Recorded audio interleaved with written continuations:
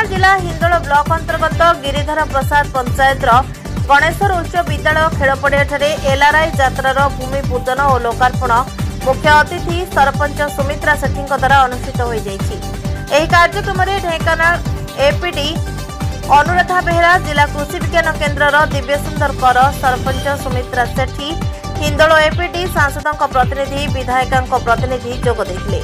सेपरि जल विभाजिका उपर एक लोकनाट्य परिवेषण एवं जादू सम्राट विमल विशाल द्वारा जादू कला प्रदर्शन बेस आकर्षण थिला और स्कूल कृति छात्र छात्री मानक पुरस्कृत करा।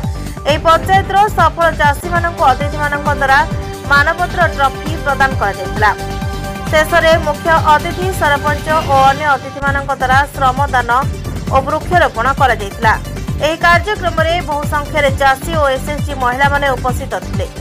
ढेंकानाल जिला प्रतिनिधि संतोष कुमार महापात्र रिपोर्ट जेएमजे न्यूज।